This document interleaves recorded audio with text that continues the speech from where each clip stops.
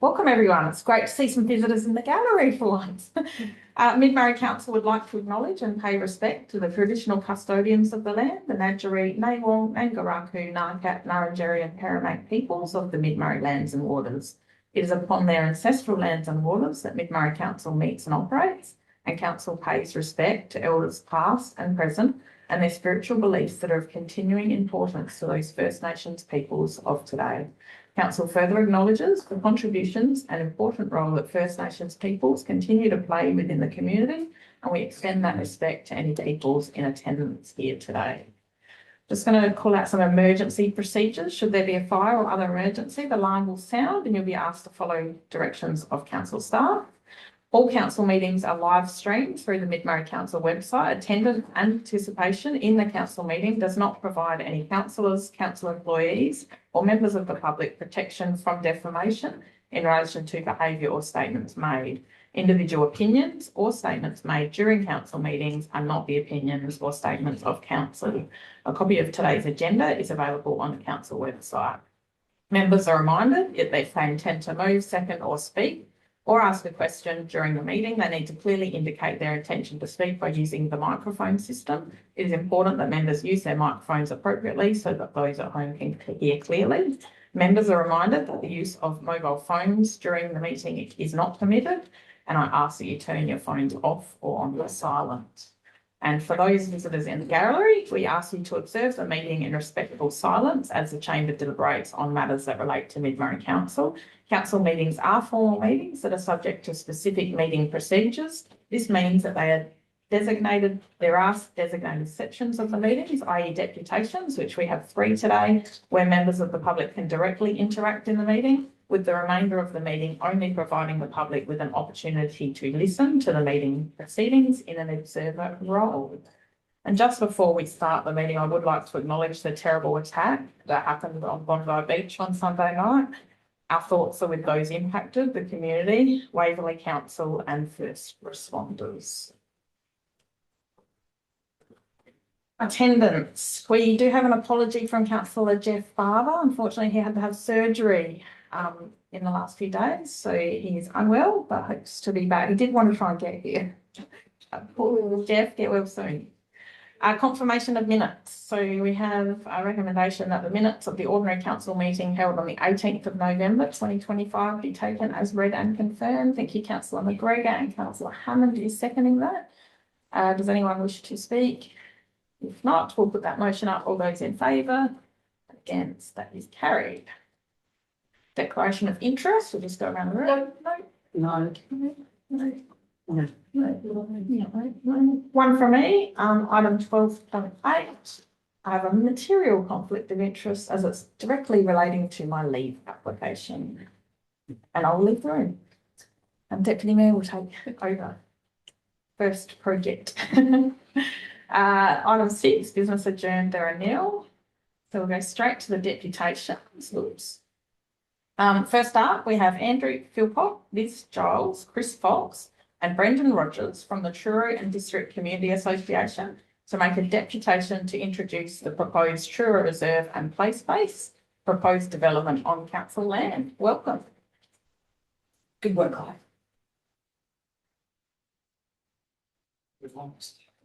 Second. Was that to? Yeah, start. Yeah, no way. Yeah.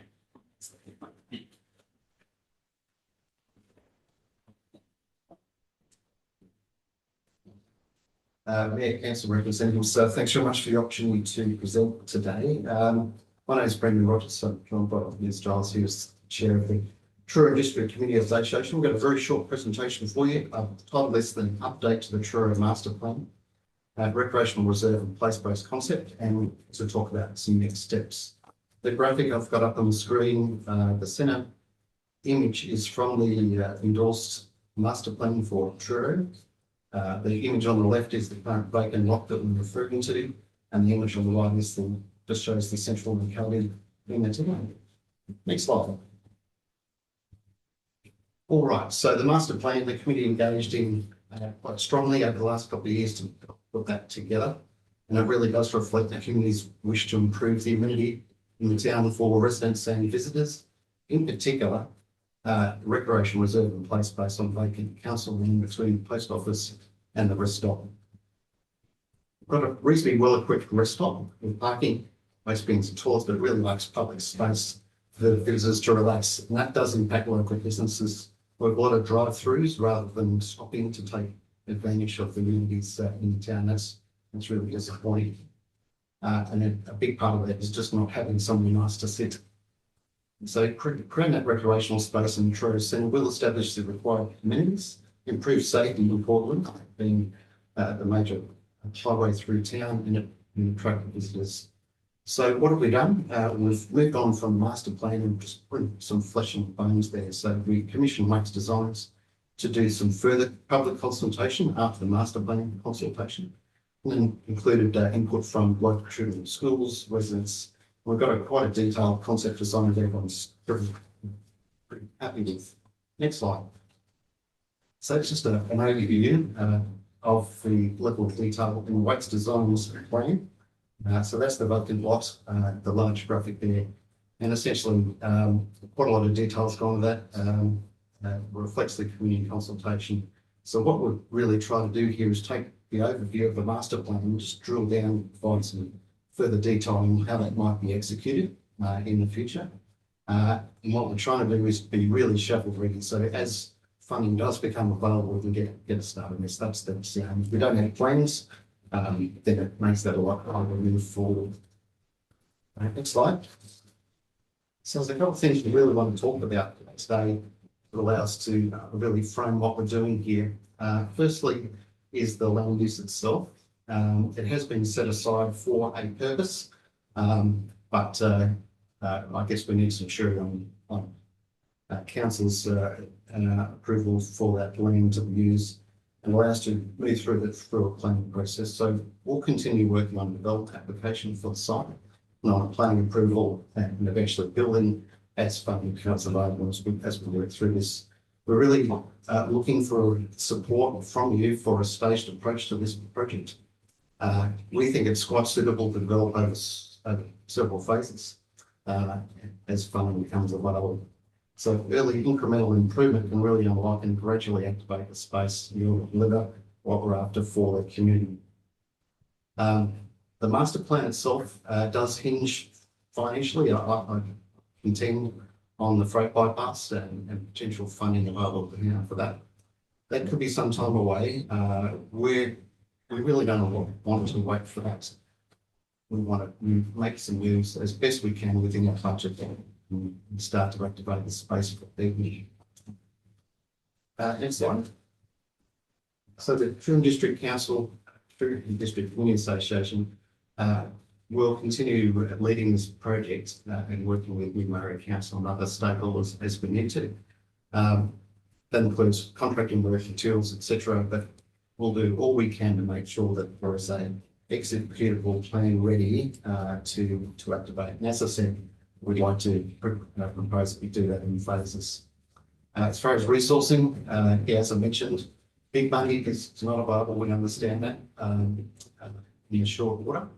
But as we've demonstrated, the community is willing to put their own funds into this, and that's how we've got to this next step. We just ask for your ongoing support and consideration in that as we work through grant opportunities, our own fundraising, sponsorship, etc. And certainly advocacy with local and federal members about the freight bypass we will need. So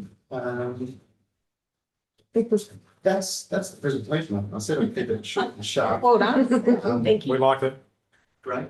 So we have available the actual concept design. If you wanted to look at that, there's a little behind copies of this presentation. We're aware there's a range of considerations in terms of proceeding with a project of this sort of scale.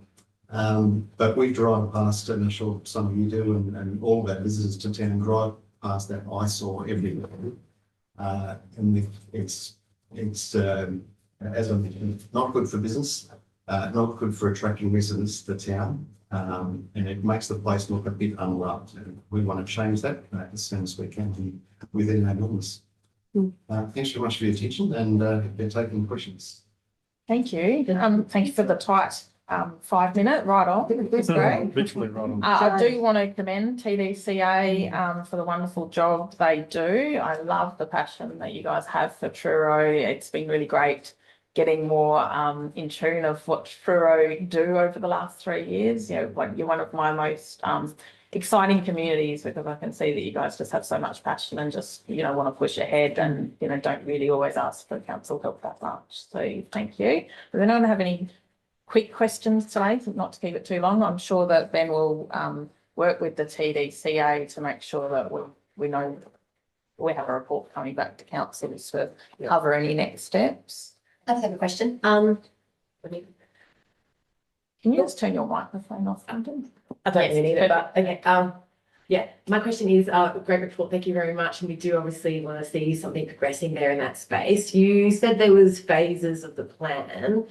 We didn't really go into too much details on how you would like those phases to present. You know, and obviously the next stage is our support of obviously like greening up that space, and do you have an estimated understanding of how you're going to do like sort of cost analysis for those stages? And we'd love to see maybe something like that come back to us with an understanding of, you know, obviously it is an expensive process putting in a big part like that, especially once we lost that, you know, might be more funding coming, but with the freight route funding being sort of held off for the minute. So I just want to know, yeah, if you had sort of a cost estimate of your stages or how you look at envisaging that part of it. Thank you. Yes, we do have quite detailed costings from the concept design. That includes the cost of all the various installations in terms of play equipment, trees, landscaping, etc.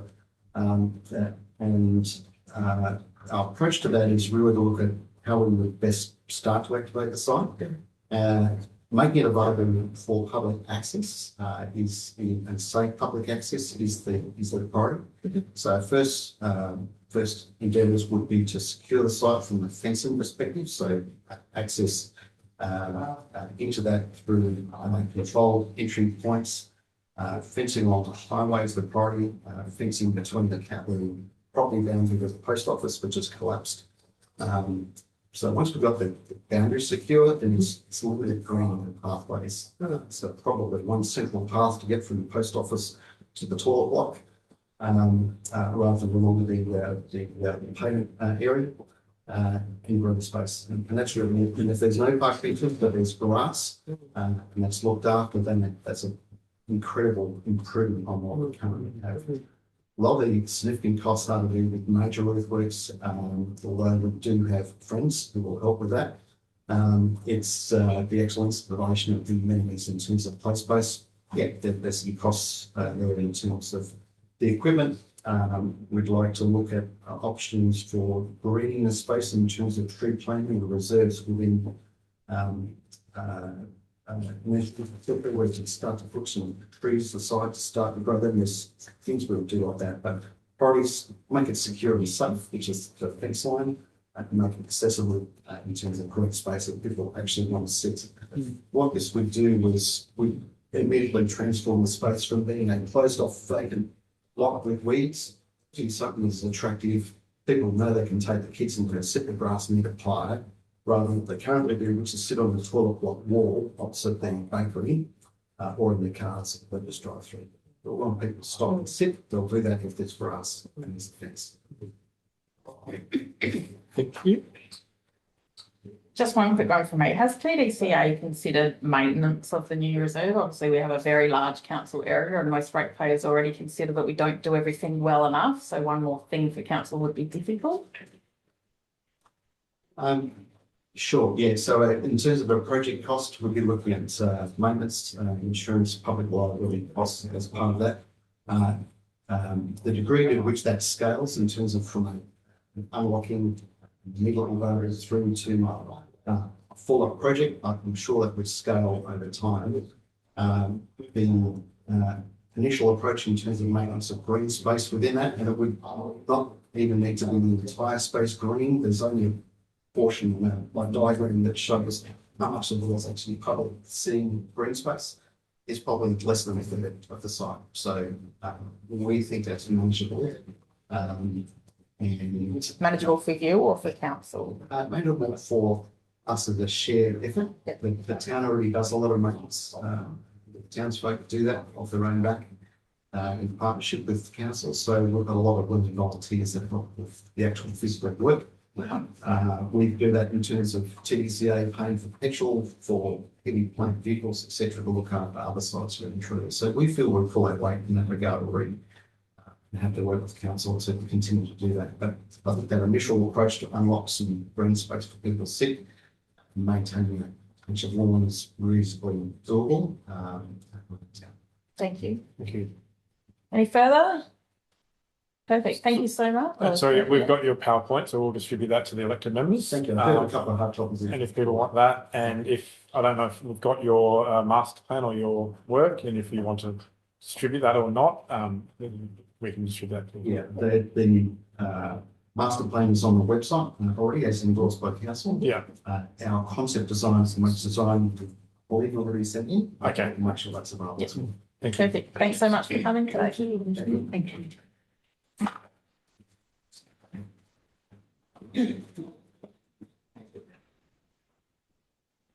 Okay, our second deputation is for Tanya Waring from the Flinders to Fluorio event to make a deputation to discuss community engagement and support for the proposed special stage 6-day international rally, Flinders Rangers to Victor Harbour. Thank you, Tanya.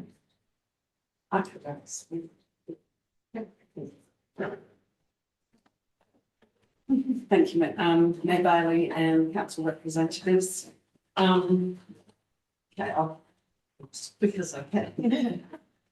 My name's Tanya Waring. I'm a new female promoter with a corporate background. 30 years with clients such as Santos, Elders, Lindy Corporation, and national international clients. We are the Australian Driving Institute, work with incidents and reducing risks on roads. My focus is to run an iconic event every 2 years, which supports tourism in many council areas as possible to share our amazing state with international and interstate competitors and crews. I'm a competitor myself of 25 years and want to set an exceptional standard of running events, engaging the community and leaving a memorable step behind us. We want to put a woman's touch on the sport, which we haven't seen in the past, and our promotional focus is on road safety, including youth driver training in all council areas. But most of all, we've handpicked our team to be considerate, empathetic, professional, and have community's best interest at heart. Engaging the community, what we are looking at offering back is 1 full day of youth driver training in each council area. It could be full driving, it could be defensive driving. It would be something that we would look at with the council, what would best serve your area. The focus of the training is the attitude behind the wheel. We've been running this program for 25 years now around the state to reduce incidents with youth on the roads when they first get their licences. We want to engage local suppliers. So as a competitor and dealing with 12 councils at the moment, my eyes have been open to how councils have not had the community engagement in the past that I believe is important to bringing a large event together. We've been contacting mechanical workshops along the way so we can use local providers. The provision of meals at stops. So, for example, the Flinders Rangers Council has actually brought together all their sporting associations, women's associations to provide their own little team to look after our meals and divvy up the profits to put back into their own community. Promoting tourism, international competitors is something that we are looking at. We have a Trans-Tasman event, which includes New Zealand, 2 events in New Zealand and 2 in Australia, which will encourage internationals to be part of the event. social media promotions, local attraction services. So as we've been meeting with councils and been getting approval, we have been promoting their local areas where we can, presenting at economical forums. The economic forum that I presented at in Flinders Ranges showed that we are bringing about $10.5 million to the councils that we are running through, which starts in Corn and finishes in Victor Harbour. Black Magic Media Productions will be covering the event, which goes worldwide, and Colin Clark, who is an internationally renowned rally promoter with the World Rally Championships. We are trying to involve as many organisations as possible to come along the journey. Caravan and Camping Association, Variety SA, Motorsport Australia is who we would be running under with our insurance, local government, Roads to Connection, which is a neurodiverse cohorts where we can offer a interaction with motorsport for these people that generally can't get out and be part of motorsport. And we're in discussions with Operation Flinders and John George at MGA Insurance, who has the observatory at Swan Reach. So we are looking at sponsorship. He's looking at sponsorship, sponsoring the event and being part of that with Operation Flinders. A new way of thinking, growing South Australia with passion, respect and pride is what we're trying to do. That's literally in a nutshell. Tried to keep it as quick as possible. I'm very aware now of how past promoters have interacted with councils, and as a competitor, I've been saddened by it. As a professional and the director of the Australian Driving Institute, we want to run this event where it is an iconic event. It is we are passionate, but we are empathetic to all of our stakeholders, and we want to engage the community where we can. There are two and a bit stages that we would like to run on the edge of your council area. Speaking with John George, he has asked if we could stretch the rally through to the Swan Reach area, if it was approved by council. Based on the roads that were already selected, we tried and we couldn't for 2026, but for 2028 we could look at that. Unfortunately, for an overnight stay, there's not enough people. We could have up to 800 people travelling with us, so it's quite large. But what we would like to do is, if this is approved, and you can consider what we would like to do, the school, we would look at engaging them with meals, depending on if we're here for lunch or afternoon tea, to put finances back into the community. We did have a drive around and where there is enough room to actually park up at the school or at Sportsfield. But where we can give back, we really do want to give back. We are trying to build it up as a big international iconic event. We do have a couple of people that we're waiting to sign contracts with, coming from overseas to promote the sport, and cover as much as I can into that. Wonderful, thank you so much. You are aware council resolved in December 2023 not to support rallies on council managed roads that require road closures due to previous damage and community concerns. Are you planning on closing roads in this rally? Yes, so we would need to. One of the things that we have done is we have implemented a group we call them the Red Shirts. They're a team that we put together who are the conduit between the community and the event organisers. If there are any issues with landholders, they go and speak to them, all the way through to emptying bins for you and taking them to the rubbish dump so we don't cause extra work, making sure if there's damage to roads, it's fixed and repaired. Afterwards, that there will be community engagement for feedback for improvement. We don't over promise and under deliver. It's the opposite. We under promise and over deliver. It is something that has concerned me speaking to councils. on what has happened in the past and especially here, and I do understand that. But I believe that we can do it a lot better, with a lot more respect and actually give back to the community and make it a better experience for you. Thank you. We are speaking, we are dealing with Minister Bettison and dealing with Daisy Miller. So we're trying to do what we can to support where we can. Yeah, Kirsty? Yeah, just a quick question. You said that it would be planned to go through two parts of Murray. Which parts would they be? Pine Hut Road, Pine Nut Road, Pipeline Road, and a portion of St Kitts Road that comes into this council area.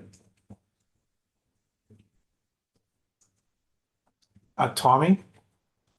End of September, so it's the last week before school holidays. We're running it during the week, so from the 20th to the 25th. I attended the Tourism South Australia reviews that they did for the council areas to see where they were lacking with tourism, and hence why we promoted the way we have with interstate and overseas.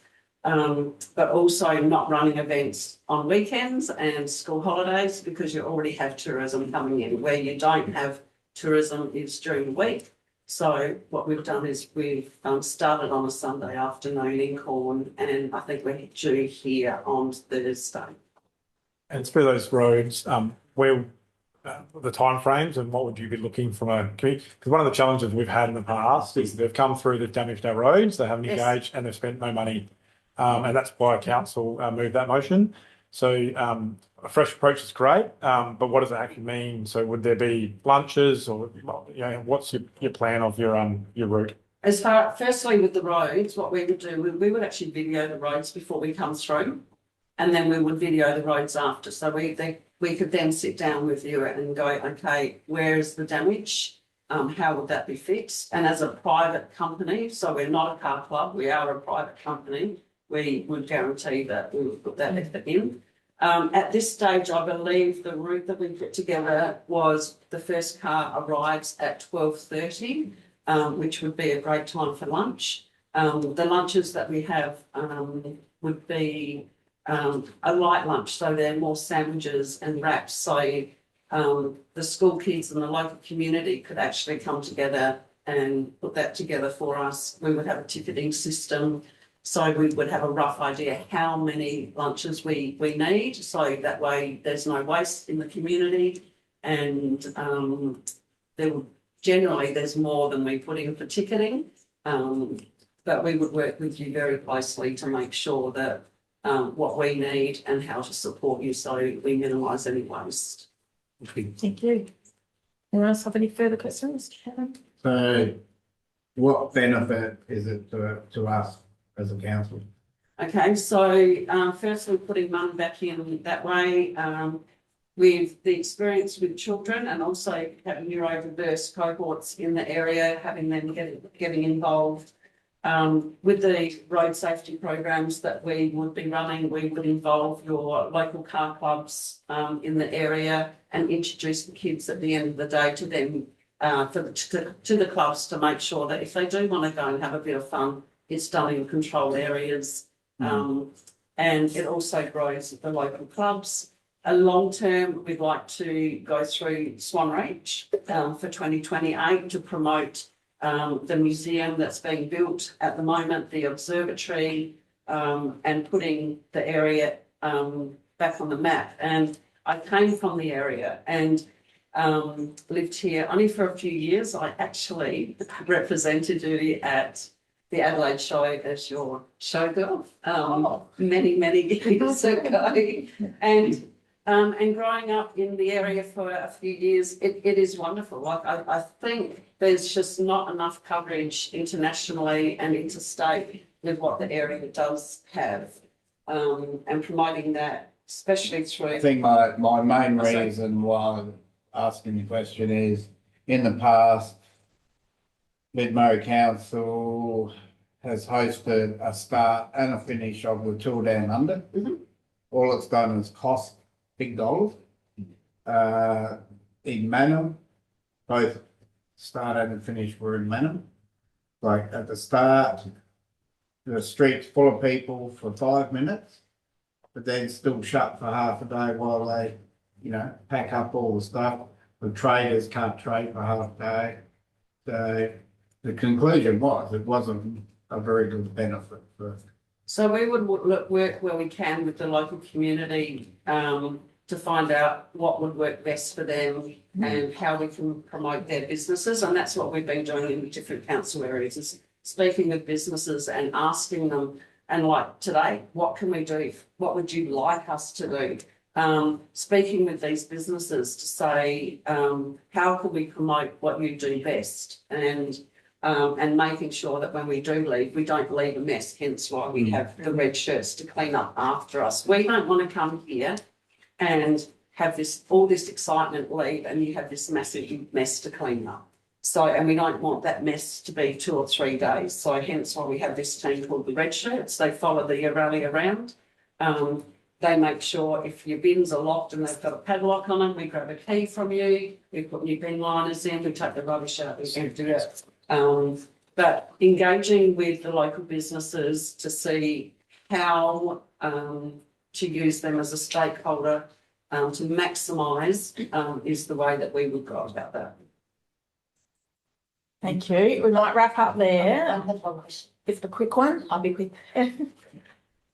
Just in regards to road usage, is our biggest concern, I guess, and Pine Hut Road being one that I think has been pretty damaged before. And we've got a lot of dirt roads in our area, like a lot of unsealed roads, which makes us attractive to rallies, obviously, but then damage is done. Obviously, often people come to us with a set route you've got in mind without necessarily negotiating a route with council that could be maybe beneficial. Would you be open to, say, like if Dave or someone wanted to sit down with you to negotiate a route that was going to cause the least damage to our roads? Definitely. That would be something we would consider, as opposed to someone coming and saying, these are the roads we'd like to use, but we know there's problem areas there. Yeah. And so that'd be a conversation, I guess, about industry, like managers. And if you're open to that negotiation? Definitely. It's all about, this is an event that we would like to run, but we would like, normally I sit and talk for about an hour, so I'm trying to keep it brief, but what we try and do is come in and say, what do you want from us? How can we maximise your community in giving back and making sure that it's a memorable experience? And part of that, if we need to look at the different roads, then so be it. And the reason we stayed on one area is because I am aware of what has happened in the past, and I've only just recently been made aware. So working with you and making sure that you get the most out of this event, as well as the competitors, is high on the list. Thank you. We'll leave it there. There was actually a rollover in the last rally right across the road, and that is, I know, is still on the community's mind. So you'll put in an event application, it will come to council, you're welcome to come to council and be there to answer any questions, I guess. Thank you very much for coming today. Thank you. Thank you. Okay, Andrew Cronin from ACTRA Plan SA to make a deputation in response to the review of council-owned land consultation, lot 33 River Lane, Manham. Thank you, Andrew. Thank you, Mayor Bailey and councillors and council staff. Good to be back here. It's been a while. So I'm a planner with about 20 years background in, largely South Australia, but part of that was here as senior planner. Somebody may remember me. So who I represent are the property owners of all 4 of the potentially most affected properties by the sale of lot 33. Now, I did have a slide presentation. Is that available or Just coming up. no problem. So that's the owners of 7, 9, 11 and 13 Esmeralda Street in Manham. So those owners overlook the subject site, which is a fair bit lower than their properties, and separated by a very small road reserve, which is essentially the continuation of Parker Street, or also known as Monument Corner Crescent. It's only 8 metres wide or thereabouts, and terminates about 20 metres north of the northern boundary of Block 33 at the moment. Now, their main concern really is what it means for, an appetite for future access to that land from the continuation of Parker Street. So that's sort of where their concerns stem from. They are not anti-sale of the land per se. What they want to protect is their interests and the amenity of the land and surrounding residences from what may occur as a result of that sale and disposal of that land. So the higher land is at the rear of Lot 33. It's almost, I guess you'd call it escarpment land. It would be very attractive for future owners to build on. It has the better of the river views and it's out of harm's way of the worst of the floods. So that's obviously an appetite for a future owner would be probably to locate their house as far back on that block as possible, which is where you're going to have some interface issues. Obviously, those owners have largely uninterrupted views over the River Murray there because of the terrain, and a large two-storey dwelling, for example, would interrupt those. So that's another one of their main concerns. So we've seen that in the past with an application. Look, obviously it was under a formal planning system quite some years ago, but everything, I guess, in the planning system, well, these days it's almost fair game. There's a lot more flexibility to things than there used to be with the new planning system. So just because the planning design code may say no two-storey development and no subdivision for creating allotments of less than what would be possible at the moment, does not mean that it will not happen, and there can always be change to the policy as things evolve. So really, I guess the owners of those properties are really wanting to work with the council on getting a mutually suitable outcome. Obviously, one of the things that a prospective owner of Lot 33 would have to do would be to facilitate a change of the road through the Roads Opening and Closing Act. So that's not impossible though. I think the main mechanism to prevent access from that continuation of Parker Street would be an easement or a reserve strip along the rear of that land. And that would be relatively straightforward to register on the title before it is disposed of for sale. And that may extend further into the site just to cover the steepest of the terrain to avoid what would be a problematic development application in the future. So you can see on the photos now on the screen, there's that large two-storey dwelling which was constructed some years ago now under the former planning system. They actually opened up Park Street further to allow that development to happen. That's the type of thing that the nearby residents are seeking to avoid. The other larger photo shows the current front of the site, and you can see 11 Esmeralda Street in the background there. Look, the land is vegetated, largely overgrown, and has a cliff face. So there's quite a few, I guess, practical considerations to build a house on that site, but it's obviously an attractive piece of land with views over the Murray, so someone that's got deep pockets would be more than willing to take that on. All I'd say is registering that easement at the back to prevent that access could obviously save council money in the long run. It would make the prospect of dividing that land further much more challenging if there was no access possible at all.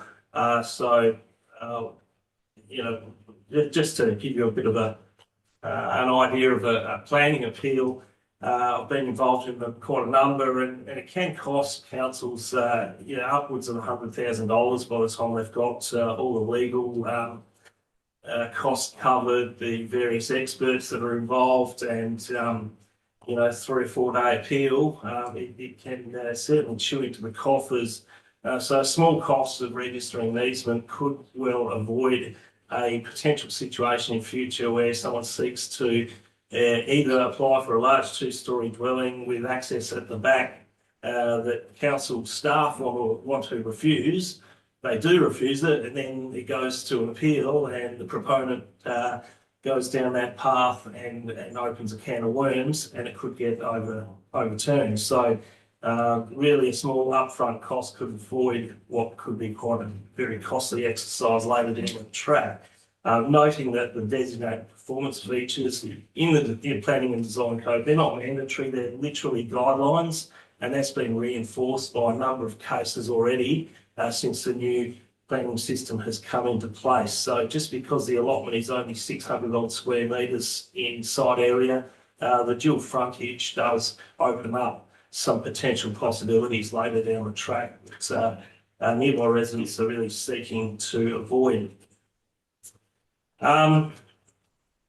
Look, I don't have much more to go through here. It's really just to reiterate that the owners of adjacent land are not against the council disposing of the land per se. We recognise that times have been tough in Mid-Murray with its financial position, and you guys obviously are trying to do a good job to rectify that situation, and they're more than happy to have a conversation to make that work for you guys and ensure that their interests are likewise protected and potentially avoid a costly Erd Court saga later down the track for someone that's got deep pockets and wants to go to one of the big planning consultancies in Adelaide to take it on. So that's not something out of the realms of possibility.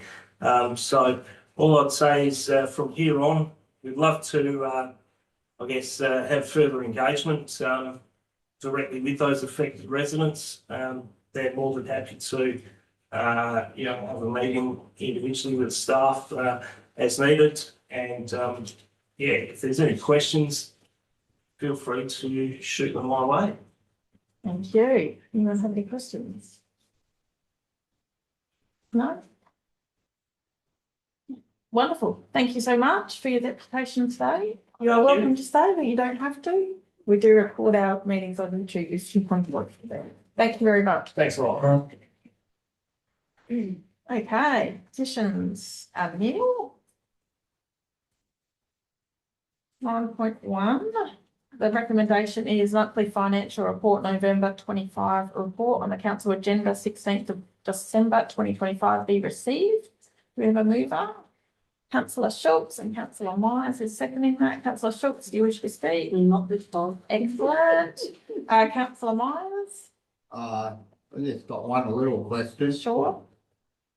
Depreciation on plant and machinery. I actually thought that would be higher than 87. So just through the chair, Just going by the amount of plant we do have. I think you find it's just like an adjustment to the depreciation. We've actually gone through reviewing at the moment our plant and equipment and just looking at the sort of those. So I can get that. Oh, no, it's just a query. Yep. Nothing. Thanks very much. Any further questions in relation to that report? If not, we'll put that motion up. All those in favour and against, that's carried. Thank you. 9.2, the recommendation is the review of financial results 24-25 report on the council agenda of 16th of December be received, and the review of financial results against the annual business plan for 2025 for the financial year 30th of June 2025 be endorsed. Do we have a mover? Councillor Hammond, thank you. Councillor Tochick-McPeak, thank you. Councillor Hammond, do you wish to speak? No. Councillor Tochick-McPeak, no. Anybody else wish to speak? Councillor Schultz? I do have a query. On page 26 in the second paragraph, it says some permanent savings have been made and the portion of expected borrowings have been delayed into the 24-25 year. due to the deferral of capital works in 24, Yeah. 25. Type. Yeah, so is the first one meant to be Yes. 25, 26? Well done. Good Right. job. Yes. You're our next accountant, Ross. Any further questions or comments? I think great results. Thank you to the finance team and the senior management team and the staff team and the elected member team for such good outcomes. 9 out of 10 years deficits and then 2 surpluses in a row. It's very exciting for someone like me. Thank you. If there's no further questions or comments, we'll put that motion up. All those in favour and against, that is carried. Thank you. 9.3, the recommendation is the adoption of fees and charges for 25-26 report on the council agenda be received and pursuant to section 188 of the Local Government Act 1999, the fees and charges as amended and presented be adopted by council. Do we have a mover? Councillor McGregor, thank you. Seconder, Councillor Warhurst, thank you. Do you wish to speak? No. No. Anybody else wish to speak? Have questions? Councillor Tochenko. Yeah, this is just a query about, and I know we've had some conversations before, about the rates for private and for not-for-profit use. At the moment, they're charged the same. And I'm just thinking about somebody wanting to use a space for, say, their wedding as a private, compared to some not-for-profit wanting to use the same space. This is just about grave digging, this one. Sorry, This one's just about grave digging. am I getting ahead of myself? Maybe. I think I am. I'm a bit scared. Weddings. Sorry. Apologies. No worries. Any further questions or comments on 9.3? If not, can I please have the microphone? Mandy, microphone. Yeah. Thank you. So no further questions on 9.3. If not, we'll put that motion up. All those in favour and against, that is carried. Thank you. 10.1, the recommendation is that the infrastructure and field services summary report on the council agenda be received. We have a mover, Councillor Hannah, thank you. Seconder, Councillor Myers, thank you. Do you wish to speak? I do. Just have a couple of questions for Dave. In regards to our standpipes. So Tunkillo did have one and it has been decommissioned and it hasn't been mentioned or referenced in this document. It's like it's just been slipped off. It's not being decommissioned, we haven't made a decision on that. Oh, we haven't made a decision on that one yet. Okay, because I just thought, because it hasn't been mentioned here as one that's being automated and the rest were, I was wondering what is happening with that Tunkillo one. So that's my question then, where you haven't made a decision and it could be still up for automation. I think that's something I just wanted to make sure we would consider once it rolls out with the others. Through the chair, council was informed that the report would come back once the automation be completed, and we knew, Dave, I think after a period of time for consideration for those other 2 sites. Yeah. So thanks for reminding, and I maybe remember that. Any further questions? Councillor Schultz. And yeah, just following on from that, what Councillor Hammond saying, in the letter sent to the standpipe users, it says, please note that there will be no changes to the Twitter standpipe. And so the keys for this facility will not be collected. I thought Tunkillo was still going to remain. That has no keys, so I guess they're just being a little bit silent on that. Oh, okay. I didn't know they had no key. Right. They had a notebook system. Which So I don't know how long that. basically, Tunkillo is not functional. Yes? No, it is. Sorry. Through the chair, it's very difficult to have a commercial place where there is a key available. So we do padlock it. And some people do have keys, but generally the keys, the padlocks get broken off it. So it's basically an open site. It's very difficult to police and similar to Tunkillo. There's a key at St Anne for Tunkillo, for Twitter. And they are still, well, even though we do lock them, they'll always be subject to lock handles. Okay. And a really important one, when there's a major fire event, that if the, there's padlocks on the CFS, they've had to cut them to access water because they can't fill in quick enough from the road, you know, with multiple bulkies.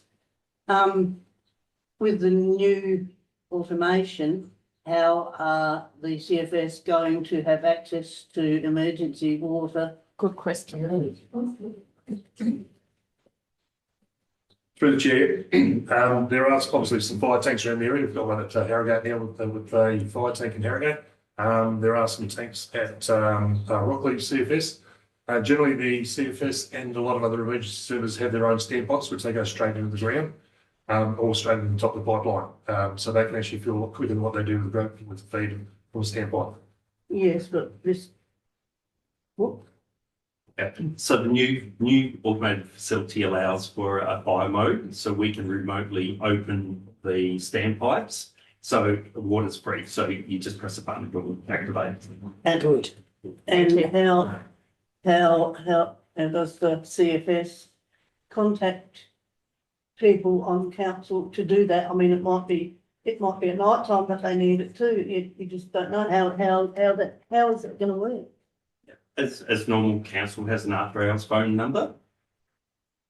Yeah, for emergencies, such as, sewage coming out from CMWS systems, etc. So, and we've had like leakages from standpipes. So that would be the same procedure that the person on call would automatically open the standpipes. Can I suggest that council writes a letter to the various brigades and lets them know what the deal is? Otherwise, how do they go? That was Ben was just going to say, well, right. No, well, yeah, I was going to say that we'll talk about it internally and we'll put a process in place. Thank you. Any further questions? Yes. Can I ask a question about the Stobie Pole? There's been a request, as I see, and I'm just aware that in another town, there was an approach to do this and it created a massive furore in the town. Some people didn't want the Stobie Pole, etc., etc. So I just wanted to know whether the local community have been consulted before the Stobie Poles are going to be painted by presumably an art individual.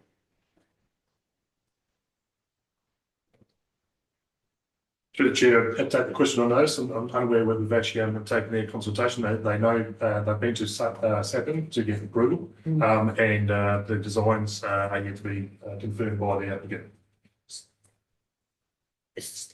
So would that then come to council? Council still has to approve, I guess. So I'm aware that in the other smaller town where this happened, that approval was given by SAPN, but the people whose homes were behind the Stobie Poles, a lot of them didn't like the particular artwork and didn't want it, and it did create a huge fuss in the small town. That's all. Through the chair, we can request the outcome from the applicant to see exactly what the proposal is and how far widely they've consulted. Just through the chair, I'm not sure it'll come back to council though for approval. No. Thank you. But I'll move this. Wait till the end. Yeah. Anybody else have anything to say on this item? If not, you can close out. I do want to close out on referring to what Councillor Topchick McPeak was just referring to in regards to that. I do feel like, painting of Stobie Poles should obviously be done with consultation of the people in the residence of the Stobie Poles. Like in Brompton, for example, where they do the mosaic work, which I think is a lot better than just painting the Stobie Poles personally. They do that here, painting? Yeah. And they do it here, in Carlton, So it's happening of that Stobie Pole way where it's not painted, where it's mosaic, where community comes together to design something that's historic and nature-based normally. Like Brompton has a great set of Stobie Poles throughout Brompton, Bowden that are all painted. But all of those residents in the homes were actually consulted on the Stobie Pole out front of their house of what would you like out the front. One woman has spent a lot of time in Darwin. She wanted kakadu on hers. One person had been to Japan and wanted cranes. And they basically stylized those mosaics based on consultation with the residents who were closest to those Stobie Poles. So I do think that's an important part of community consultation and engagement with any community art that we have like that. I hope that will be considered. Thank you. Okay, now we'll vote on the motion. All those in favour? And against, that is carried. 10.2, the recommendation is the Manum Riverside Market speed limit restrictions report be received. Approval be granted to restrict speed limit on Randall Street, Manum, adjacent the visitor centre to Purnong Road, Manum, adjacent the caravan park from 50 kilometres an hour to 25 kilometres an hour for the Manum Riverside markets. When held on the first Sunday of each calendar month throughout 2026 at the Arnold Car Park. Just wondering, do we need the report of the date? Because normally in that line we have the date of the council meeting. We do. Carol will add that. Excellent. Who would like to move that with today's council meeting? Councillor Davis and Councillor Myers, I think, put up his hand to second that. Do you wish to speak, Councillor Davis? No. Councillor Myers? No. No. Anybody else wish to speak? If not, we'll put that motion up. All those in favour and against, that is carried.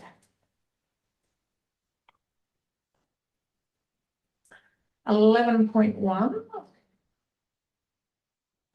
The recommendation is the River Murray International Dark Sky Board Incorporated Constitution Report on the Council agenda of the 16th of December 2025 be received. Council submit the Constitution of the River Murray International Dark Sky Board Incorporated for legal review prior to lodgement with the Office of Consumer and Business Services. Council appoints Jared Bilby, Manager of Development and Regulation, as the public officer who will supervise the preparation and lodgement of the required forms and documents, facilitating the establishment of the Incorporated Association in accordance with the Associations Incorporations Act 1985. Have we got a mover? Thank you, Councillor Schultz. Seconder. Thank you, Councillor Warhurst. Do you wish to speak, Councillor Schultz? Just to say that I think the transition approach would be the way to go. Thank you. Councillor Warhurst? No. Anybody else wish to speak? Councillor Hammond? I concur. I think a transitional approach would be beneficial. I would like them to consider within their code of reference of members within this corporation an Aboriginal local representative. I do know Dark Skies is pushing for ecotourism, engaging with First Nations peoples, wanting maybe the acknowledgement of country change to modify to include Dark Skies. Those kind of things need to be done with proper consultation with Aboriginal groups, and it would be great if they had in their membership an Aboriginal person that could be on that committee to be able to help guide them with their decision-making processes around Aboriginal culture. It's very important if we are going to do that right with Dark Skies connecting with Aboriginal people and the actual Dreamtime stories of our community here, that they are meaningfully consulted as considered partnering with this group as opposed to just being on the outskirts of it. I think it'd be just very important for them to consider that. Thank you. So Gary has taken that on board. Any further questions, comments? If not, we'll put that motion up. All those in favour and against, that is carried. Now we're on part 2 for anyone trying to find the next one. People playing at home. Yes.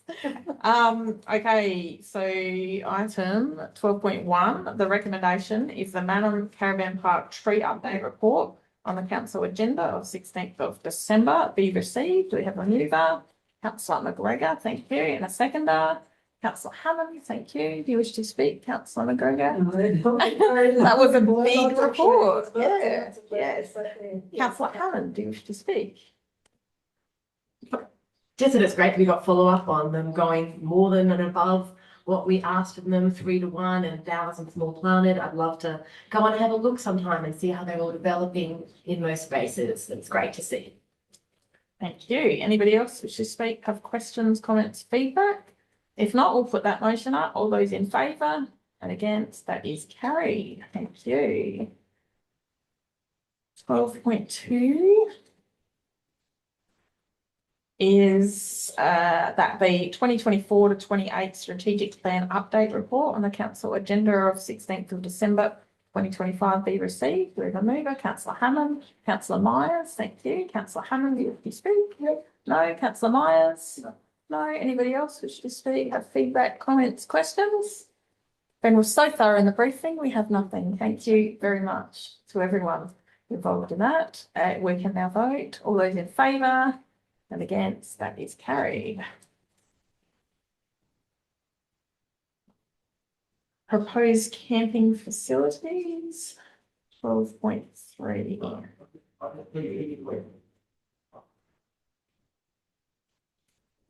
Okay, correct recommendation is the proposed camping facilities Manham Golf Club report on the council agenda be received, that consent be granted for public consultation to commence on the proposed deed of variation of the 21+21 lease agreement to the Manham Golf Club Incorporated for the premises known as Manham Golf Club located at 24 Douglas Street, Manham.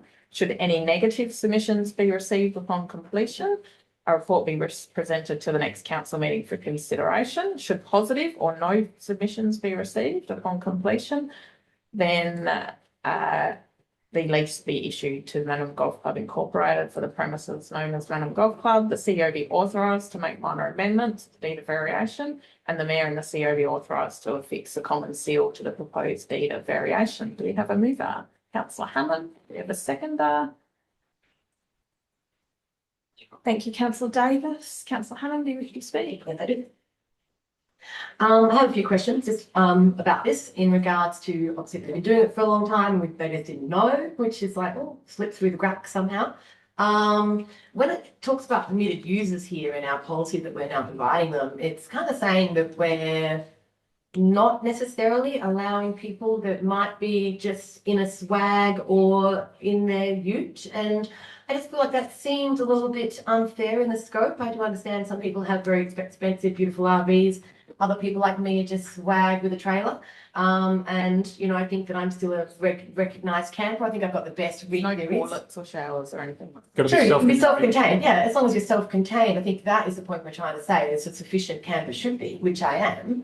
I just feel like, and a lot of people are, we don't all have RVs and whatever. I can understand, you know, we're putting in a form here, so I just don't understand why it seemed like we had to allow certain campers and we're not allowing others. I guess that's my question of, if you're a good honourable camper that's self-contained with a trailer and a ute and a swag on the ground, traditionally it seems un-Australian not to allow a swag on the ground if you're self-contained in your car to be also allowed to use that facility. To play golf. Yeah. Yep.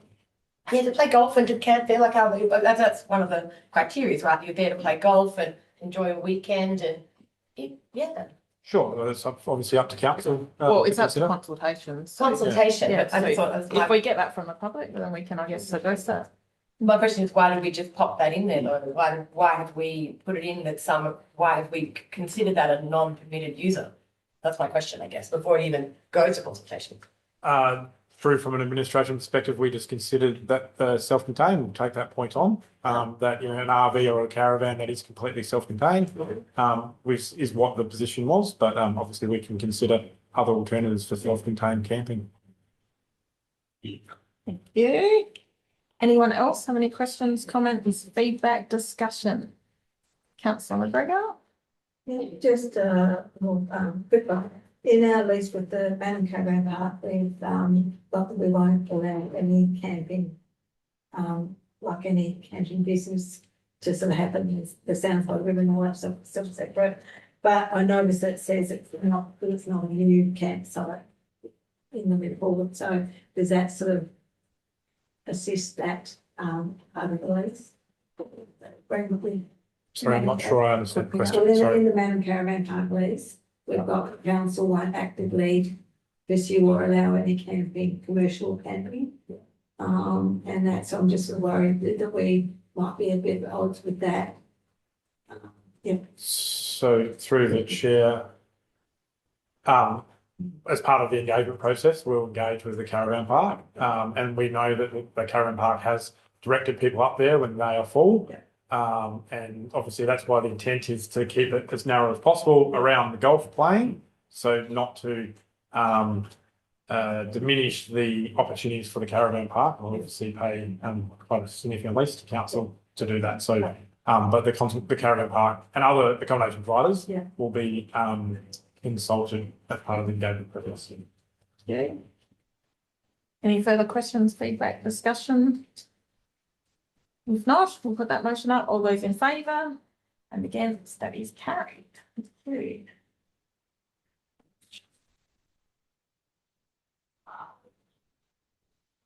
Okay, 12.4. We had a bit of a 5-minute discussion around this one, a break to do that.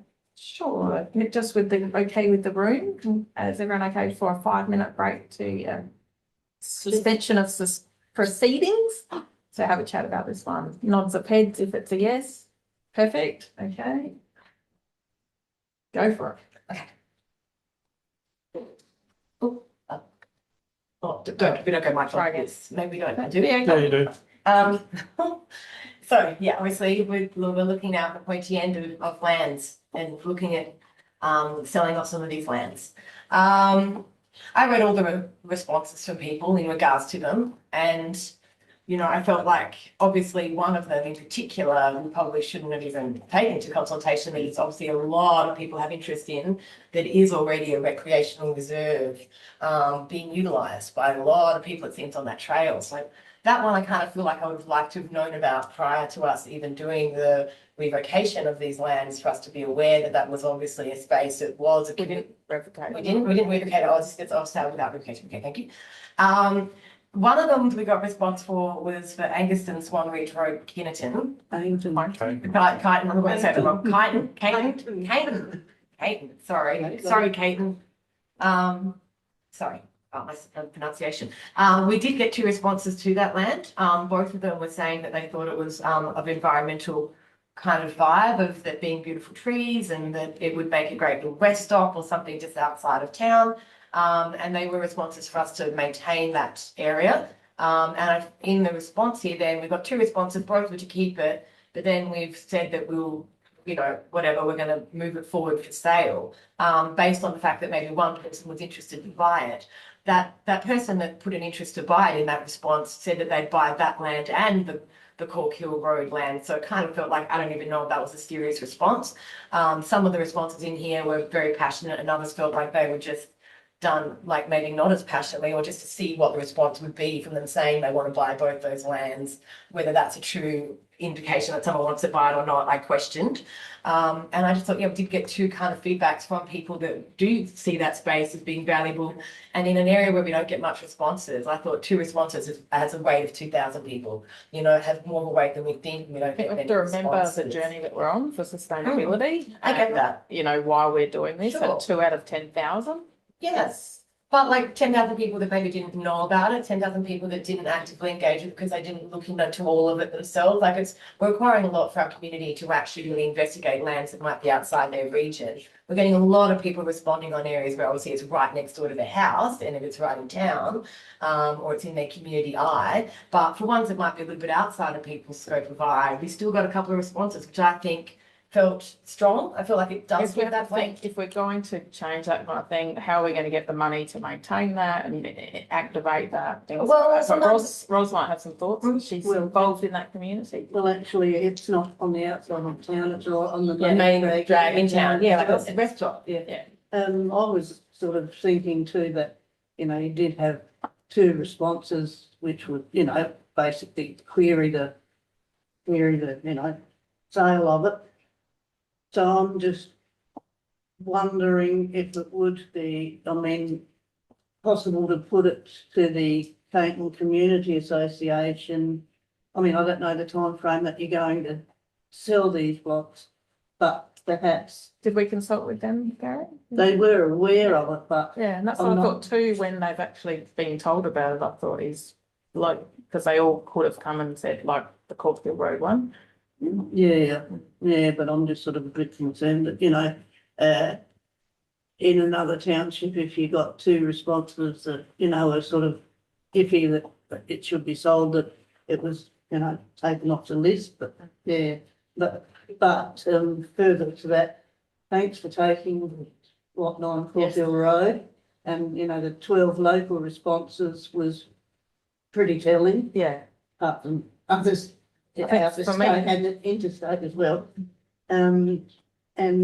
Yeah, I'm just, yeah, I'm thinking, but getting back to this 25 Angus Ridge Road, I thought that would be stopped by myself, but, yeah, I'm just sort of a bit ambivalent as to, you know, selling it when there's been 2 Mhm.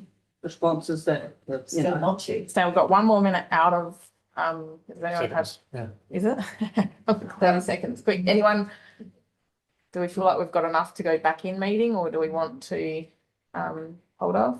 I'll just make a comment. Yeah. We'll go back in. Obviously, there's an opportunity for people to provide feedback, and council has to weigh up whether 2 or 5 or 6 is enough to change their decision to do that. And obviously, that's council's prerogative. We've been tasked to identify parcels of land that's surplus to community's needs. That's why we did consultation to progress our sustainability. Sorry, that's the time limit. And then it's about what happens to them. And obviously we've got a process, or we've started to talk about a process to deal with it, but it's easy for people to say they're going to do something, then actually do it. So we've tried to identify parcels of lands that can be beneficial. I don't think it's fair to say whether people are going to buy it or not, because they've said they're going to, and express interest, so we can't talk for them. And so they've put a submission in that there is interest in purchasing it, so we need to take that on face value. Okay. Can I just comment as well, that from that point of view, having been at the auction, the recent auction, there was interest in every single block of land at the auction. So I'm heartened that I see people expressing interest as well as expressing concerns, because I think that's another factor that we now know that we didn't know before, that there will be significant interest in some of these blocks of land. I think the whole consultation process is an educational. Can we just go process for the back into community. meeting procedure and you do that as part of the meeting procedure? Yes, sure. Is that all right? Perfect. All right, the recommendation is the proposed sale of council-owned land report on the council agenda be received. The CEO authorised to negotiate and facilitate the sale of land and the following parcels, if applicable, in accordance with council's disposal of land and assets policy. And it's Anguston, Swanreach Road, Caton, Lot 259 Hunter Road, Nildoddy, Lot A, Teal Flat Road, Walker Flat, corner of Adams and Goodley Street, Blanchetown, Lot 33 River Lane, Mannon, Lot 51 Long Gully Road, Mannon, and Lot 858 Angus Valley Road, Sanderson, and the CEO and the Mayor be authorised to execute the necessary documents in relation to the sale of the following parcels and, if required, and the same blocks of land. We have a mover, Councillor Hammond, and a seconder, Councillor McGregor. But I wanted to move an alternative motion. We hand up from moving. Moving a motion, alternative motion, is that what we do? So you want to make an alternative? You move this one. So you can put up the alternate. If the seconder agrees, we can second that. Otherwise, we can just vote. And if it's lost, then we can put up an alternate. I just wanted to move it with an amendment though, right? To have it, I believe that we should sell these lands, but I do think Angus and Swanreach Road should You've be. moved the first motion. Yeah. But can't we make it move with an amendment? Because I've accepted the seconder, we need to go through the process. And then, like I said, if it gets lost, we can change the motion. There is a seconder. Yeah, McGregor. and I've seconded the motion. As it is.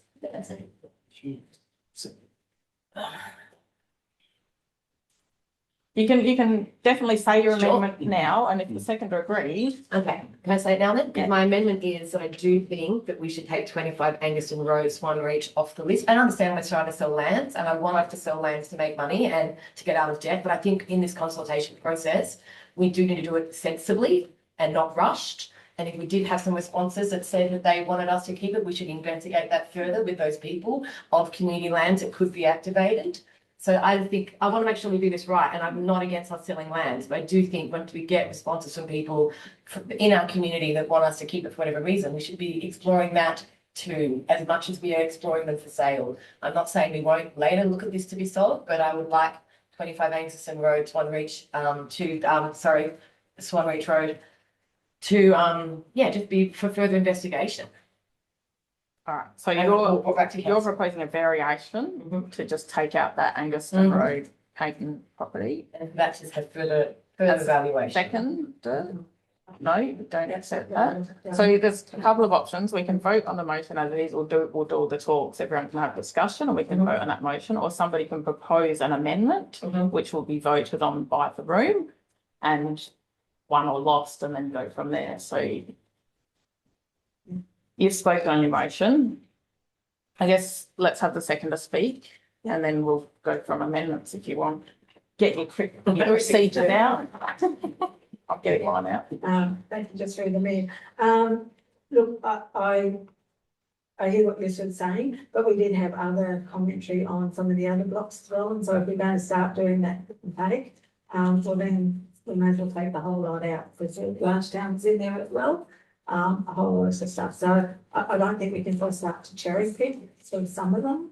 One of my concerns is we've got, we're taking out a block of land, so that Corks Hill Road. And although we've got a lot of response from that, I think that we need, and we do have a plan going forward for lands that, we've taken out for the community, and that will sort of be, presented to us next year. We had a briefing on that last time. The Corks Hill worries me because we've got a lot of people using that land, but at the moment, who's responsible if something happens and all of things. So I think that one needs to be flagged as needing to have some conversations happening, and Office of Sport and Rec did sort of set up the Kidman Trail originally, and they probably, could be approached to take on the clearing of that. So just before I have anyone else speak, that page 30 of our procedures does say a member who has not spoken on a motion at an earlier stage of the debate may move or second an amendment. So just remember that if you're going to speak, then you can't move or second an amendment. Do you wish to speak, Councillor Schultz? I did, but now I'm scared. So if you do speak, you can't Move or second an amendment. amendment. It's like, what? Oh, no, I've got to say it, otherwise I'm going yeah, just on Cork Hill Road, in the report, there was a suggestion by staff that council liaise with the Office of Sport and Rec. If that does happen, I think you need to make sure they've got a good proofreader, because in that letter they sent, it said today's council meeting was going to be held on the 19th of December 2015. Way to go. But yeah, as far as proving this, I do think Councillor McGregor has got a valid viewpoint in we can't cherry pick. thank you very much. Does anybody else wish to speak on this motion? Have any questions or discussion? Councillor Myers, thank you. It's just a query, 51 Long Gully Road. Is that the Pistol Club? It's the entrance. Yeah. Did they contact council? Vicky, do you want to come to the table and Yeah, who is that? Oh, that's right. Because they rang me and I can see we've got to contact council. Thank you. Any further questions? Councillor Tochek-McPhee? Lot 33 River Lane, we're going to have a discussion about that after. You can ask a question or? Yeah, look, I just wondered if there was a view in council about the position called that there might be an expense to council in the future if we went, sort of the level of risk, I suppose.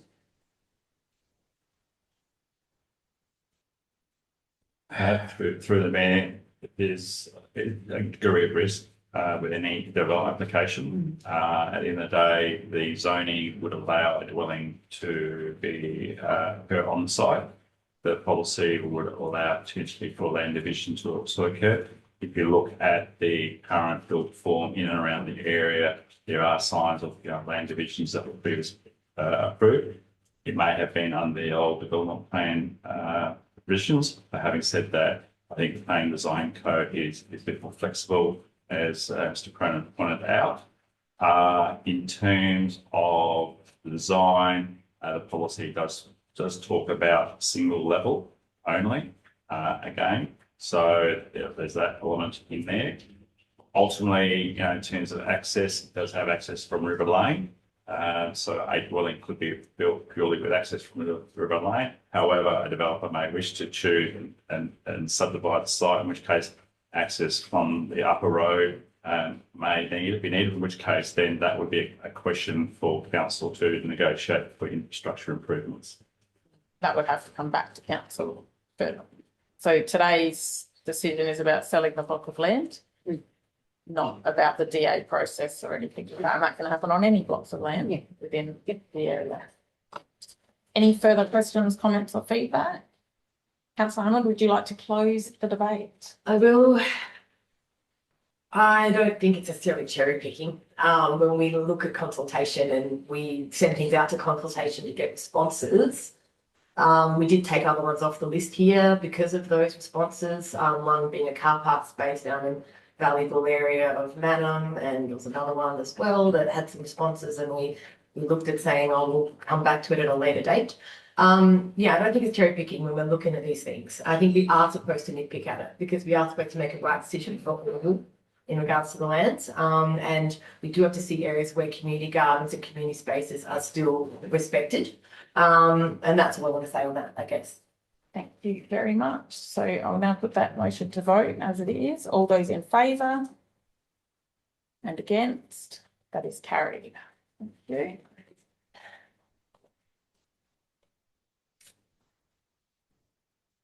.5.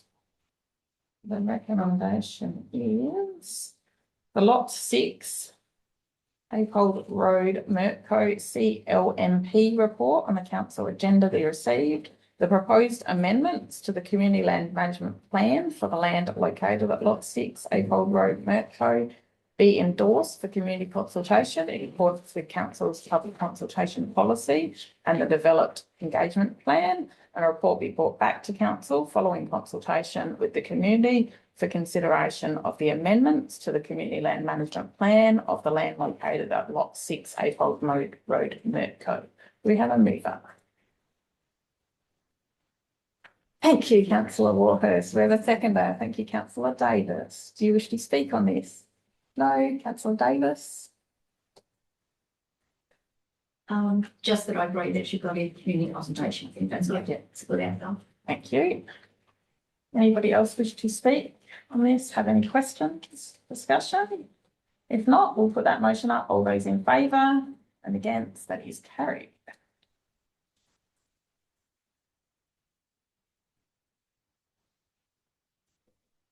.6. Elected recommendation is the elected member representative community grant assessment committee report on the council agenda be received. Council accepts Councillor Tochek McPeak's resignation from the appointment as elected member representative of the community grant assessment committee, and Councillor Blank be appointed to Shira Ward, elected member representative on the community grants assessment committee. We have a mover with a fill in the blank, or do we want a few minutes to have a discussion with the Shira Ward reps? Councillor Myers. I'll just move it as it is with Councillor Warhurst in there. Mainly because it represents the Shira Ward. Yes, and she's not on any other committees because she came late. Yes. Are you okay with that? Yeah, that's fine. Perfect. Yeah. Anybody else wish to? Second. I'll second that. Oh, sorry. Yeah, I was just going to see if there's any further nominees before we get a seconder, so because we'll have a vote if there's a no. All right, now we have a seconder, Councillor Schultz. Thank you. Does anyone wish to speak on that? Councillor Myers, Councillor Schultz. No, there's no benefit. Yeah. You get lots of paperwork. Yeah. Probably a detriment, though. No, we didn't leave in the normal meetings when all this came up. Does anyone wish to speak? Have any feedback, comments? If not, we'll put that motion up. All those in favour and against, that is carried. Congratulations. Thank you. It is a long agenda report, but it's lots of fun. Only one for you. Yeah. Thank you. Okay, 12.7, delegation updates. Do you have anything to add? Through the chair, there's just an addition which will be highlighted on the screen here, where there's an exception. Further advice has been taken on section 9.3 of the Graffiti Control Act around my delegation to that. Vicky, do you want to speak to that? Through the chair, it is more of a legal section of the act, and I'm just getting further advice on as to whether that should go or it should even have been put out as a delegation. delegation. Thank you. So that's just, yeah, that section will be removed and can come back if required. So the recommendation is that the delegation updates report on the council agenda be received. Revocations, having considered its review of the amended delegations in accordance with section 44(6)A of the Local Government Act, the council hereby revokes, effective of 22nd of December, the powers and functions of the extent and detailed changes under the following acts and specified in the instrument of delegation contained in attachment 1 of the council meeting being, and there are all the acts. And then adoptions is the same, and you can see we've just changed attachment 2 to attachment 1 because it should have been the same attachment. And in 3.1.4, it's got the Graffiti Control Act with the exception of section 9(3). However you say that, to go back to my legal studies days. Do we have a mover for that? Thank you, Councillor Tochik-McPeak, and a seconder. Thank you, Councillor Warhurst. Would you wish to speak on that, Councillor Tochik-McPeak? No, Councillor Warhurst? No. Anybody else wish to speak or have any questions, comments, feedback, discussion? If not, we'll put that motion up. All those in favour? And again, that is carried. Thank you. And let's see. Thank you. Well, is that legally organising? So we're going to do that. Let's have a little. There you go. Thank you.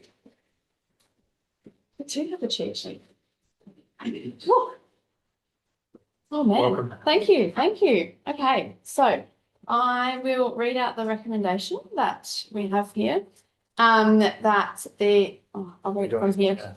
There is one little piece in yellow that you see on the screen behind us as well. That's just slightly changed to what was in the agenda. So the recommendation is that the leave of absence, Mayor Simone Bailey report on the council agenda 16th of December 2025 be received. Mayor Simone Bailey be granted an unpaid leave of absence from the 1st of February 2026 to the date on which nominations for the state elections close. Point 3, Deputy Mayor Georgia Warhurst acts in the role of Mayor during the period that Mayor Bailey is on the granted leave of absence. Speak. Yes, of course. Just through Chair, Deputy Mayor. Point 3 isn't necessarily required because the Act does say that if the Mayor is unavailable, then the Deputy Mayor acts in that role, and it's not acting Mayor. I just want to clarify that it's acts in the role unless there's not a Deputy Mayor in place. And if there is not a Deputy Mayor in place, then the council appoints someone to act in that role. Now, Section 55 for the second period of leave, which is around the election, is mandatory, and so Mayor Bailey doesn't have to apply for leave. Yep. So just clarifying that point 3 is somewhat redundant. It's the wording out of the Act that I put in the recommendation, so we could remove that because that actually happens automatically because the Deputy Mayor does do that. So I just wanted to have a conversation around that. Maybe we take a couple of minutes leave. Yes, do we want to have Everyone a happy? 5 minutes of leave meeting? Nodding heads if we're happy with that. I'd just be willing to move it with item 3 removed. I was just wondering whether. Sorry, do Right. you want to stay in the meeting and then we'd need a mover and Yeah, we haven't got a mover and a seconder yet. so Well, and we amend it. well, so there's two options here. So we can take a leave of the meeting, suspend the meeting procedures to have a quick chat, or what I'm hearing is Kevin wants to move it without point 3, Yep. which we'd stay in the meeting to do if someone's going to do that. I personally don't think there's a lot to be discussed to take 5 minutes. Okay, can I? Oh, Look, you can't talk. Yeah, so Sorry. if Kevin, if you want to. Would you like to move the motion as? yeah, with item 3 removed. But Can he do that? Yeah, he can. Because it hasn't been seconded. Yeah. Yep, So moved. Yeah. you can't speak. Sorry. Someone like to second that. Would somebody like to second it? Ros is seconding. Thank you, councillor Schultz. And now would the mover like to speak? No, I'm finished. And the seconder, would you like to I'm speak? fine, thank you. Anybody else around the room? There you go, Mandy. I was only going to suggest it's a very small thing, that we know the date, what the closing date and nominations, so I was just going to suggest that we actually put the date in. Yeah, through our advice is that could potentially change. It's not going to, but that's why Okay. we were very specific with that wording. Because we wouldn't want to say the 22nd and something changed. Yeah. So Yeah. that's why we kept it broad through the chair. Yeah, thank you. Is there anybody else has any further comments? If not, we will put that motion up. Do you want me to reread it without line 3? That's all right. We're happy. Yep, we're all happy. Okay, I put the motion up. All those in favour? And what's the other word that I'm supposed to say? Against. Against. Sorry. Beautiful. That is carried. Thank you. And can we let Simone back in? Thank you. Well done. Oh, Probably eating all what that. work. Thank you. That's okay. That's okay. You're allowed to take leave. Oh, wonderful. First time in 7 years.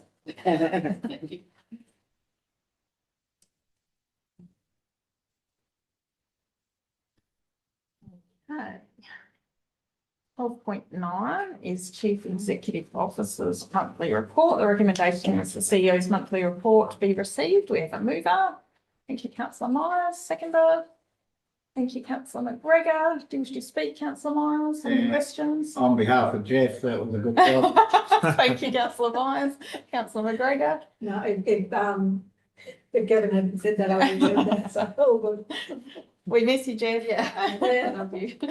Anybody else have any questions, discussion, feedback? If not, we'll put that motion up. All those in favour and against, that is carried. Thank you. I hate not having my little slide thing where I can quickly select. Motion action list 12.10. The motion action list report on the council agenda be received. We have a mover. Councillor Schultz, thank you. Councillor McGregor is seconding that. Councillor Schultz, do you wish to speak? No, Have any thank you. questions? No. Councillor McGregor, anybody else wish to speak or have any questions on that item? If not, we'll put that motion up. All those in favour?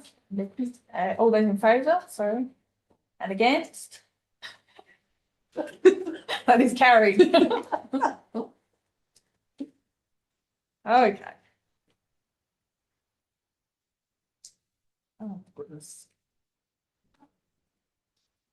This is the next part. Whole new agenda. This is Yes. part 3, which is only for the first part of the sustainability, because then 13.2 have their own parts, and so does the Yes. attachment. 13.1 is the review of CCTV Wi-Fi PA services, and the recommendation there is the review of the report be received.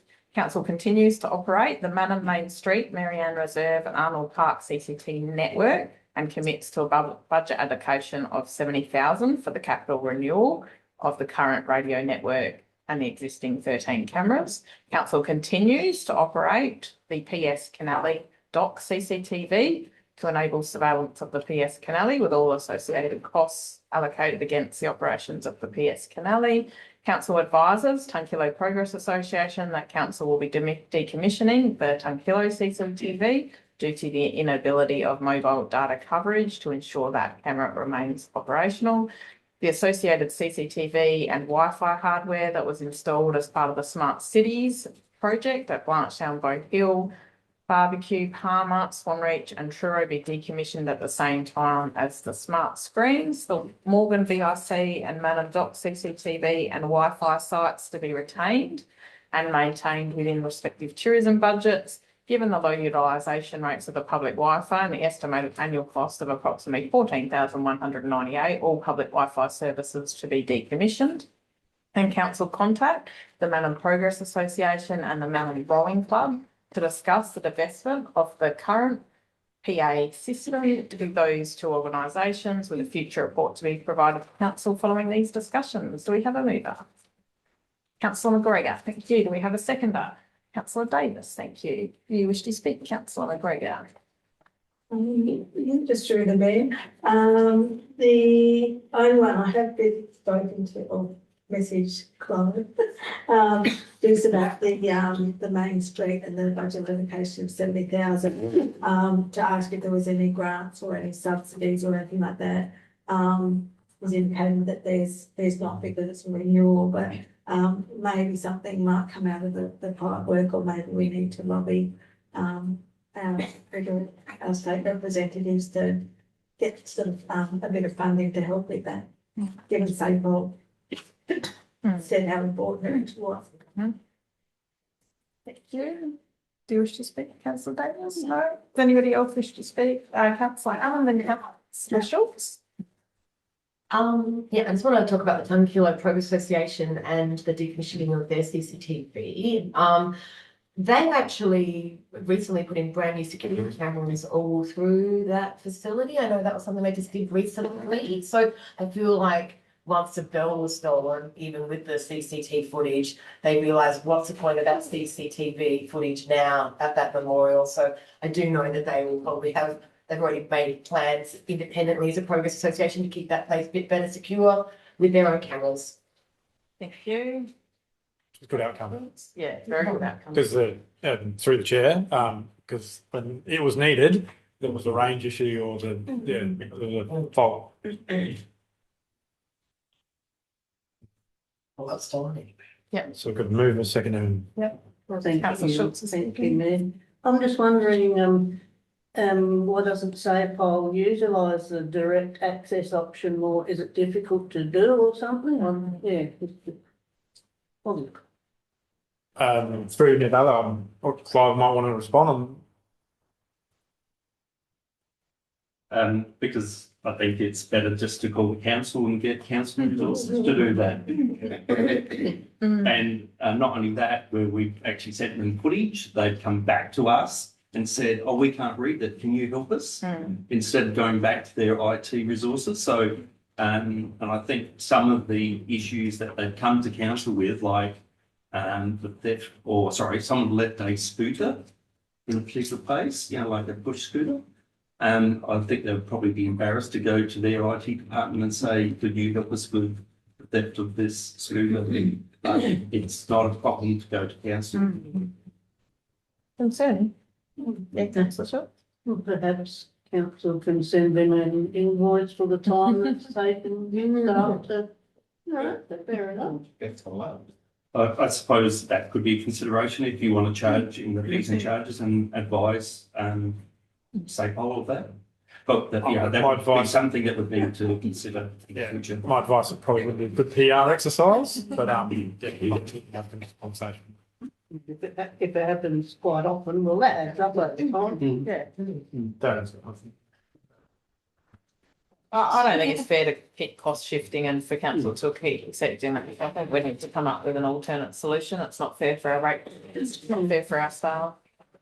So through the chair, what we'll do is we'll consider it if it becomes more frequent. There's only been a couple of occasions where that has happened. So if it's becoming relevant. But if we're going to spend $70,000 upgrading it, should we be looking at whether we could somehow put it into their system or something? Like, So Darren's going to go and look at the project, and there may be alternatives. So one of those may be to. So at the moment, Darren, correct me if I'm wrong, they physically have to go to the tourist information centre to go to the console there. So possibly in the future, then there might be a remote access or where.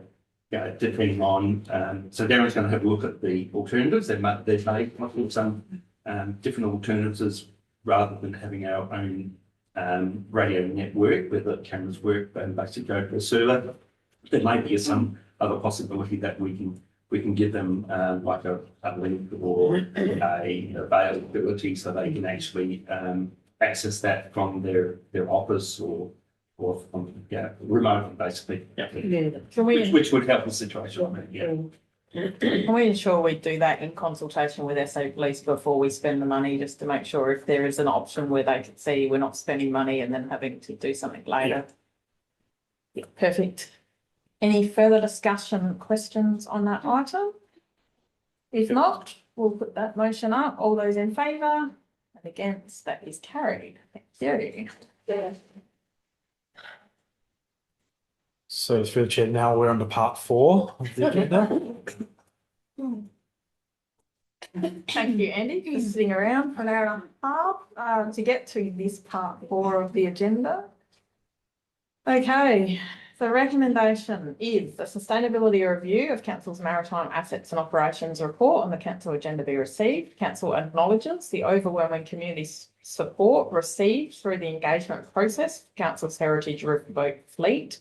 Council adopt the draft management review tranche 1 Maritime Operations 2025 without change. Council continue to operate all 3 vessels while further investigations are undertaken on the management model for the vessels over the next 12 months, including a non-distributing cooperative method for the vessels if there is interest in this model from the Mid-Murray community. Business case be developed for the consideration on the engagement of a maritime operations resource as identified within the draft management review tranche 1 Maritime Operations 2025 to reduce operational risks, and Council, in consultation with the Mid-Murray Heritage and Maritime Committee, consider future offers from not-for-profit organisations to outsource any or all of the vessels. Do we have a mover?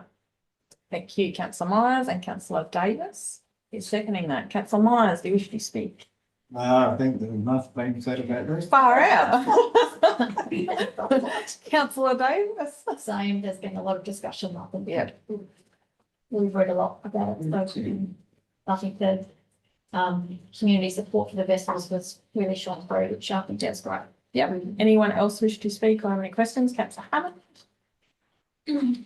I was moved to tears by reading some of those responses last night, actually, of our community. Some people put some lot of time and effort to give very thoughtful responses. And I want to say to all of those people that did, thank you very much for your contribution. And let us know how important these boats are to community. Some great ideas in there that I'd love to see followed through on, maybe some great suggestions of other ways we can make our boats more profitable, not just sustainable, but maybe profitable in the future.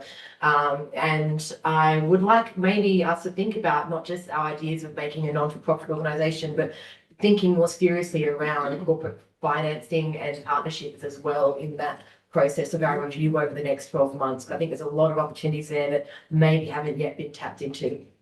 Thank you for everyone who filled in. Yeah. She's looking at Andy and Andy's saying, I'll pass that on to the next tourism manager. Couple of weeks left, yeah. Yeah. Any further questions, Councillor Schultz? I just have a query about the statement on page 975. The maritime assets are deeply valued by community and stakeholders alike. By that, you mean just the people that submitted responses, because it's in the report as well that there was a lack of feedback from any non-river-based townships. So that first statement, that means the people in Manningham on the river that actually responded, not the whole council as a what?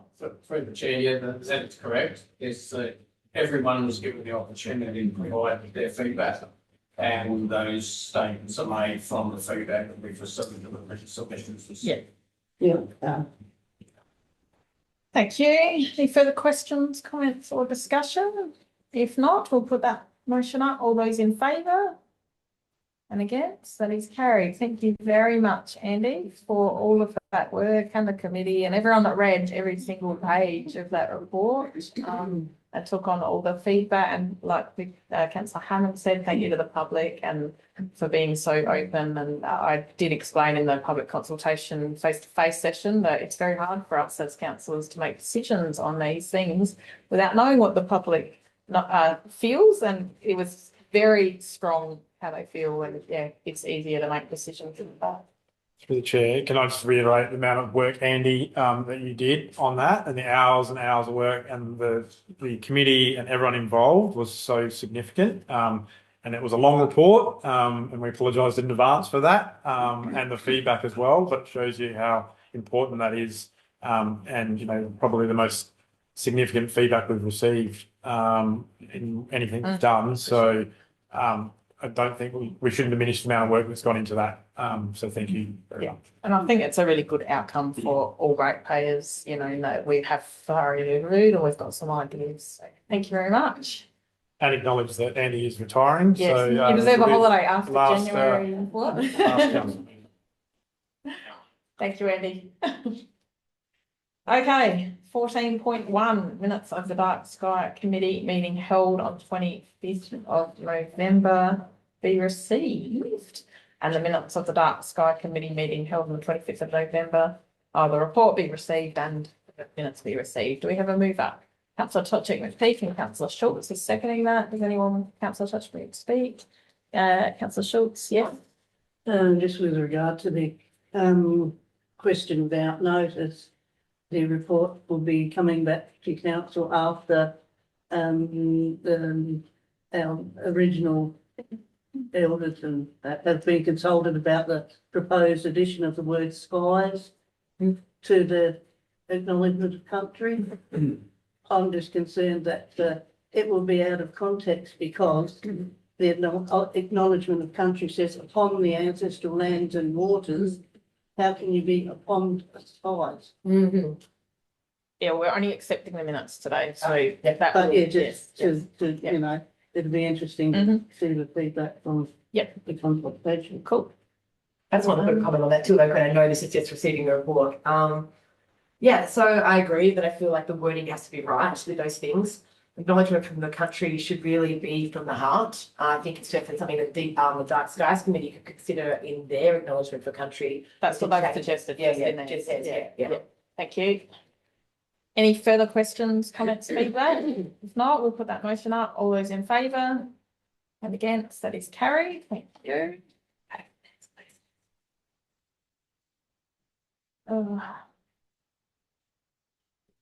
14.2 minutes of the special Mid-Murray Heritage and Maritime Committee meeting held on the 27th of November report be received and the minutes be received. Do we have a mover? Councillor Davis, thank you. Councillor Warhurst, thank you.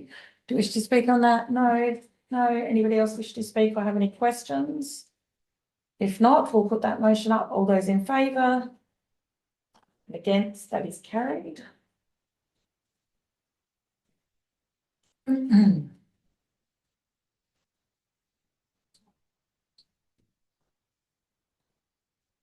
Mayor's monthly report. The recommendation is that the report be received. We have a mover.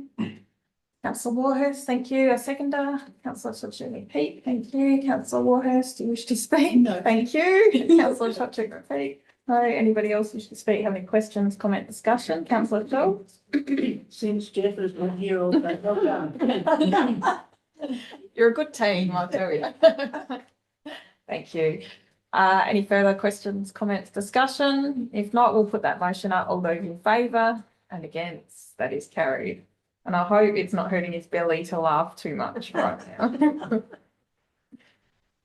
16.1 elected members monthly report on the council agenda being received. Do we have a mover? Councillor Myers, thank you. Councillor McGregor is seconding that. Councillor Myers, do you wish to speak? Do you have any questions? I'll put in a double one next time because I've been away on holiday. Thank you. Councillor McGregor, do you wish to speak? Do you have any questions? No. Councillor Hammond. Yes, I just want to add that on the 14th of December, I did attend the ratepayer properties in Young Husband in regards to land sales there, and I just didn't have that in there on the 14th of December. Carol, one more. It was a big one. Look, I gave you a lot. Gave you months and months together. That won't happen again. Thank you very much. Any further questions, Councillor Schultz? No, just mine will be a double one too next. Thank you. Councillor Tochick. Yeah, just to please remove the Macaulay Park Association Christmas dinner. I had to be an apology. So. Thank you. That reminds me, I should have added, I did the Palmer lights judging on the same night as Tunkillo. It was very exciting. If you haven't been to Tunkillo and Palmer, go and have a look. I mean, the one on Tunkillo main drag, it is amazing. Yeah, really, really good community effort there. Any further questions on this item? If not, we'll put that motion up. All those in favour? And again, that is carried. 17 motions with notice, there are nil. Questions with notice, there are nil. Questions without notice on a strategic nature. Does anybody have any questions without notice? Well done, thank you very much. 20 confidential reports. Can I please have somebody move this recommendation to move us into confidence? Councillor McGregor, thank you. Councillor Toshik-McPeak. Anyone wish to speak on that? All those in favour? And against, that is carried. Thank you.